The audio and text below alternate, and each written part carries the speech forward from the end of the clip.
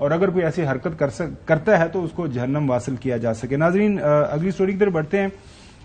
پاکستان کے اندر آپ کو پتا ہے سیاست کے اندر جو حالات و واقعات چل رہے ہیں اس وقت ایک موضوع جو زیر بحث ہے جس کے اوپر بہت زیادہ بات ہو رہی ہے. پچھلے ہفتے جب ہمارا پروگرام تھا اسی دوران حسن نے یہ بتایا تھا کہ کچھ شاید آئینی ترمیم ہو رہی ہے, کچھ قوانین کو تبدیل کرنے کی بات ہو رہی ہے. اب وہ کیا مسائل ہیں, کیا وجہ ہے جس کی وجہ سے حکومت یہ سارا کچھ کرنے جا رہی ہے. خاص طور پر اصل ایشو یا جس کے حوالے سے بات ہو رہی ہے مبینہ طور پر وہ یہ ہے کہ موجودہ جو چیف جسٹس صاحب ہے ان کو شاید ایکسٹینشن دینی ہے یا ان کی مدت ملازمت کے اندر کچھ اضافہ کرنا ہے. کیا ایسی کوئی صلاح یا ایسی کوئی تجویز انڈر ڈسکشن ہے؟ کل عطا طاہر صاحب جو فیڈرل منسٹر فار انفارمیشن ان سے پوچھا گیا تو انہوں نے کیا جواب دیا, سنیے. ایج کا جو 2 سال والا تھا معاملہ وہ زیر غور رہا, لا منسٹری بھی ڈسکس کرتی رہی اور وہ بالکل ایجنڈے پر رہا, بٹ فی الحال اس سیشن کے حوالے سے ایسی کوئی بات سننے میں نہیں آئی. ناظرین آپ نے دیکھا کہ انہوں نے بتایا یہ ایک موضوع تھا, لیکن یہ جو سیشن آج سے شروع ہو رہا ہے نیشنل اسمبلی کا اور کل سینٹ کا, یہ جو اجلاس ہیں پارلیمان کے دونوں ہاؤسز کے, وہاں پہ یہ جو ہے ایجنڈا زیر بحث نہیں آئے گا. مصدق ملک صاحب سے جب رات کو پوچھا گیا, ایک ٹیلی ویژن انٹرویو وہ ہمارے ایئر وے کے پروگرام کے اندر موجود تھے, کہ کیا ایسی چیز زیر بحث ہے, کوئی ضرورت ہے, مصدق ملک صاحب کے جو خیالات ہیں وہ بھی سنیے. آئینی ترامیم کچھ لا رہے ہیں آپ؟ دیکھیں میرے خیال میں تو ضرورت ہے دونوں آئین اور قوانین کی. آئین اور قانون کے تقاضے اس وقت یہ بتا رہے ہیں کہ آئین کے اندر بھی وضاحت کی ضرورت ہے اور قانون کے اندر بھی وضاحت کی ضرورت ہے. جب نمبرز پورے ہوں گے, ابھی ہمارے پاس نمبرز ہیں, جو قانونی ہم کر پائیں گے وہ ہم کریں گے. اگر کوئی ایک ریزنیبل ترمیم ہو جس سے ملک کا بھلا ہو, جس سے فیصلوں کے اندر ایک مطابقت آ سکے, تو میں سمجھتا ہوں ہر سیاسی جماعت کو آ کے اس کے ساتھ کھڑا ہونا چاہیے. ہمارے پاس نمبر پورے ہو جائیں گے, ہو سکتا ہو جائیں. اب ہمارے یہ جو کچھ لوگ روٹھے ہوئے دوست تھے, کچھ منانے ماننے کا کوئی سلسلہ شروع ہوا ہے, ہمیں حسن خبر کیا ہے, کیا ہو رہا ہے؟ مطلب کوئی آئینی ترمیم آ رہی ہے, قانونی قوانین بدلے جا رہے ہیں, ہو کیا رہا ہے؟ خبر آپ نے دی تھی کہ کچھ بڑا ہونے جا رہا ہے. قانون سازی ہے جی, آئینی ترمیم نہیں ہو رہی ابھی. وہ تو نمبر گیم نہیں ہے. یہ نہیں ہے کہ نہیں ہے, یعنی جس دن کرنا چاہیں گے تو پھر آئینی ترمیم ہو جائے گی. ابھی آئینی ترمیم کی طرف فوکس نہیں ہے. تو وہ جو ابھی تو صرف جو ہے قانون جو بدلے باڈیز جانے ہیں الیکشن وہ ہے کون اسلام سے آباد قانون کے, ہیں؟ ابھی لوکل باڈیز الیکشن جو ہے اسلام آباد کے, اس کو ڈیلے کر رہے ہیں. جی بالکل وہ نہیں کروانا چاہ رہے. فیڈرل گورنمنٹ نہیں ریڈی اس کے لیے اس وقت انتخابات کے لیے. اور خاص وجہ یہی ہے کہ تیاری نہیں ہے جی انتخابات کی. لوکل باڈیز جی نہیں ہے, حل ہونا چاہیے جی. میں تو بڑا اس پر پروٹیسٹ کروں گا. اچھا, صرف یہی ہے اس وقت جو ہے وہ صرف لوکل باڈیز الیکشن ہے جی, اور وہی جو ہے وہ ڈیلے کرنا چاہ رہے ہیں. اس کے علاوہ کوئی اور طریقہ کار ہے نہیں کہ کسی اور طریقے سے اب نیا جو ہے وہ اس کا جو ہے وہ ایکٹ لے آئیں گے لوکل باڈیز کا. آئی بلیو وہ تو اس کے اوپر بات کریں گے, ہم نے رکھا ہوا ہے کہ وہ کیوں حکومت تیار نہیں ہے. لیکن اس کے علاوہ آپ کوئی چیز ایسی نہیں ہونے جا رہی اس اجلاس میں اس وقت تک. ویسے تو اجلاس اب کتنے دن چلے گا میں مطلب اس میں کچھ گارنٹی نہیں کر سکتا, کیونکہ اجلاس اگر لمبا چلتا ہے 3-4 ہفتے چلتا ہے تو اس کے ان بٹوین اگر کوئی تیاری حکومت اگر فیصلہ کر لیتی ہے تو آپ سسپینڈ کرتے ہیں اس دن کی پروسیڈنگ سسپینڈ کر کے اس کو پیش کر سکتے ہیں. لیکن ابھی تک کی کیونکہ چیزیں فلوئڈ ہیں, ابھی چیزیں آپ نے, مجھے یاد ہے کہ آپ نے ماضی میں 2-4 ہفتے پہلے میں نے ایک سوال کے جواب میں آپ یہ کہا تھا کہ چیف جسٹس صاحب ایکسٹینشن کیا ہے وہ نہیں لینے جا رہے ہیں. تو میرے خیال میں وہ اب معاملہ نہیں ہے. تو یہ اگر ترمیم ہوتی بھی ہے, اگر آپ سمجھ رہے ہیں کہ جو ریٹائرمنٹ ایج کے حوالے سے اس پہ ایشو یہ ہے کہ دیکھیں چیف جسٹس کی ٹینیور کی فکس اگر چلے قاضی صاحب نہیں کر رہے تو جسٹس منصور علی شاہ سے آگے سے ٹینیور فکس کر دیا جائے. وجہ یہ ہے کہ ایک چیف جسٹس آتا ہے 22 دن کے لیے, لائک جسٹس جواد خواجہ, وہ تمام وہی مرات لے رہا ہے, وہی پینشن لے رہا ہے جو چیف جسٹس کی ہے. اور ایک افتخار چودھری صاحب آئے تھے تقریباً 9 سال کے لیے, ان کے بھی پوسٹ ریٹائرمنٹ وہی مرات ہیں, وہی چیزیں.